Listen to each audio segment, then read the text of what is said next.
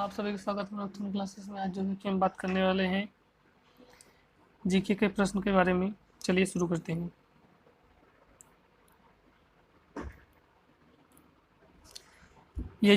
धनुर्वेद यजुर्वेद का उपवेद है। जो धनुर्वेद है यजुर्वेद का उपवेद है, इसका संबंध किस से है? तो ये देखिए, ये यजुर्वेद का धनुर्वेद, यजुर्वेद धनुर्वेद, धनुर्वेद में मतलब धनुर्विद्या से संबंधित होगा, तो युद्ध कौशल से इसमें ऑप्शन है, तो ये सही हो जाएगा। इसी प्रकार के कई वेद होते हैं।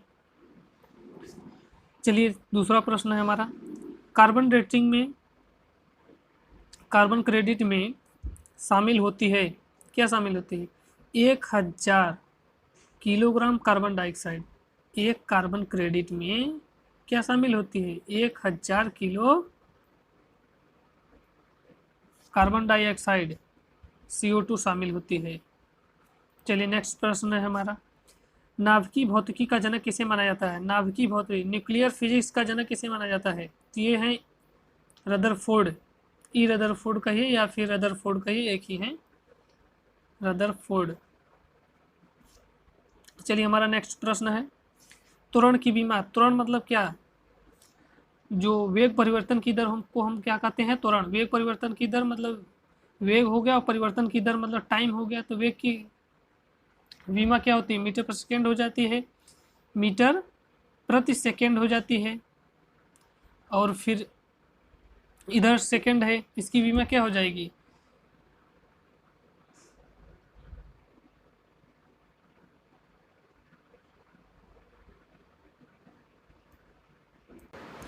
तो मीटर पर सेकेंड क्या हो जाएगी? मीटर हो जाएगा और फिर सेकेंड हो जाएगा और फिर सेकेंड हो जाएगा, एक सेकेंड। तो इसको हम क्या कर सकते हैं? मीटर को क्या कैसे लिखते हैं? एल से दर्शाते हैं, और इधर सेकेंड हो जाएगा तो बटे में है, तो सेकेंड हो जाएगा, t-1 ऊपर हो जाएगा, तो फिर एक t ऊपर जाएगा, तो फिर t⁻2 हो जाएगा। तो इसमें देखिए L1 हो और t⁻−2 हो, तो इसमें से L1 तो सभी में है, लेकिन m नहीं होती है। m मतलब द्रव्यमान होता है यहाँ पर, और t होता है समय, और l होती है दूरी।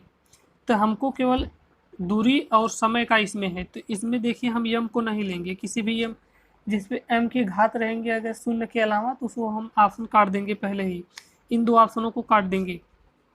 तो देखिए हमारा केवल L1 है और m0 है और t⁻−2 है, तो ये हमारा ऑप्शन हो जाएगा। चलिए नेक्स्ट प्रश्न है हमारा, निम्न में से कौन सा संतृप्त हाइड्रोकार्बन है? देखिए संतृप्त हाइड्रोकार्बन के लिए एल्केन ग्रुप से संबंधित होते हैं।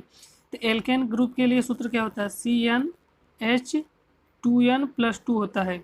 तो अगर हम n की जगह 2 रखेंगे तो C2 हो जाएगा, और यहाँ पर 4+2 हो जाएगा H6। एल्केन ग्रुप के लिए कौन से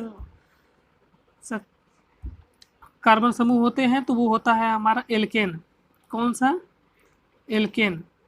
एल्केन होते हैं, एल्कीन ग्रुप होता है, एल्काइन ग्रुप होते हैं, 3 ग्रुप से होते हैं। तो उसमें से हमारा संतृप्त हाइड्रोकार्बन के लिए एल्केन ग्रुप संबंधित होता है। एल्केन कौन सा? तो एल्केन हमारा। चलिए नेक्स्ट प्रश्न देखते हैं, 40 न्यूटन भार वाली कोई लड़की 160 वाट की शक्ति से 20 सेकंड तक रस्सी पर चढ़ती है, तो वह कितनी ऊंचाई तक चढ़ सकेगी? देखिए इसकी न्यूटन भार कितनी है? 40 न्यूटन की है इसका भार। तो इसे इतने शक्ति के साथ 20 सेकंड तक रस्सी पर चढ़ना है, तो कितनी दूरी चढ़ी जाएगी? तो देखिए बल के लिए सूत्र होता है F = mg, और फिर होता है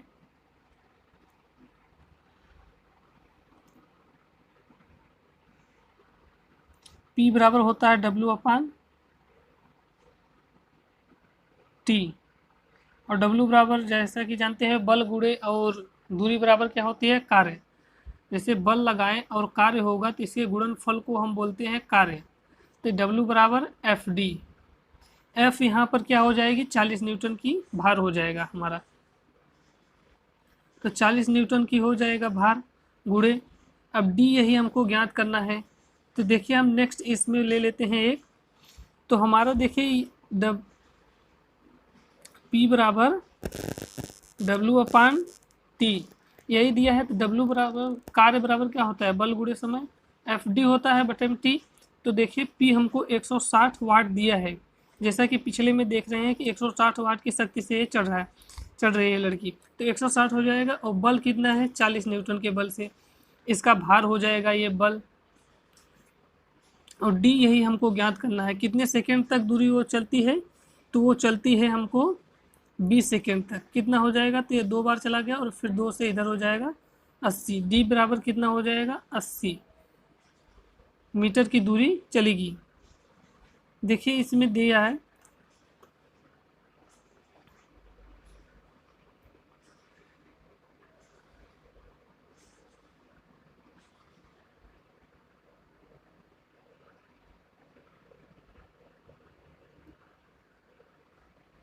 अस्सी मीटर की दूरी हो जाएगी ना।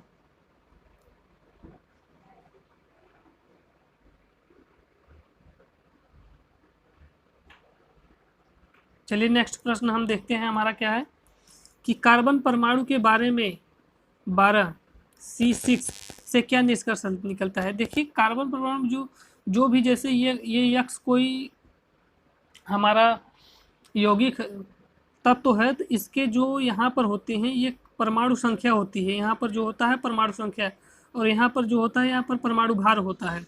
तो यदि हम परमाणु संख्या देख लें तो इसका 6 है, तो जो 6 होता है जो परमाणु संख्या होती है उसमें उतने न्यूट्रॉनों की संख्या, उतने प्रोटॉनों की संख्या होती है।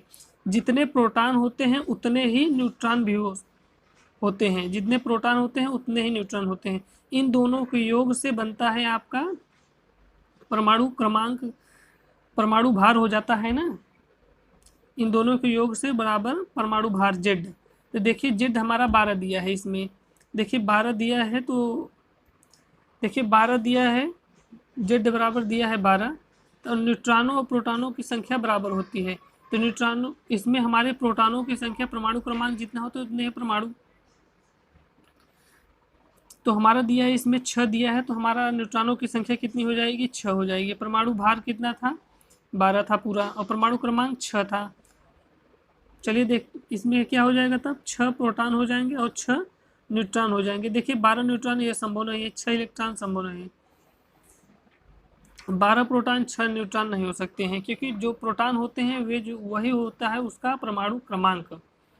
चलिए नेक्स्ट प्रश्न, चलिए देखिए अब हमारा नेक्स्ट प्रश्न है, एका एल्युमिनियम को आधुनिक आवर्त सारणी में धातु के रूप में नामित किया गया है। एका एल्युमिनियम मतलब गैलियम होता है, एका एल्युमिनियम का शब्द ही एल्युमिनियम, एका एल्युमिनियम मतलब कि गैलियम होता है। जब मेंडलीफ ने जब पहली बार आवर्त सारणी दी थी तो उसमें उन्होंने जो है कि आने वाले तत्वों के बारे में उन्होंने भविष्यवाणी की थी कि निम्न तत्व आएंगे, तो उसके लिए उसने उस आवर्त सारणी में एक स्थान छोड़ दिए थे, उस स्थान को उन्होंने एका एल्युमिनियम नाम दिया था, फिर उस स्थान पे गैलियम को रखा गया था, इसलिए ऐसा होता है।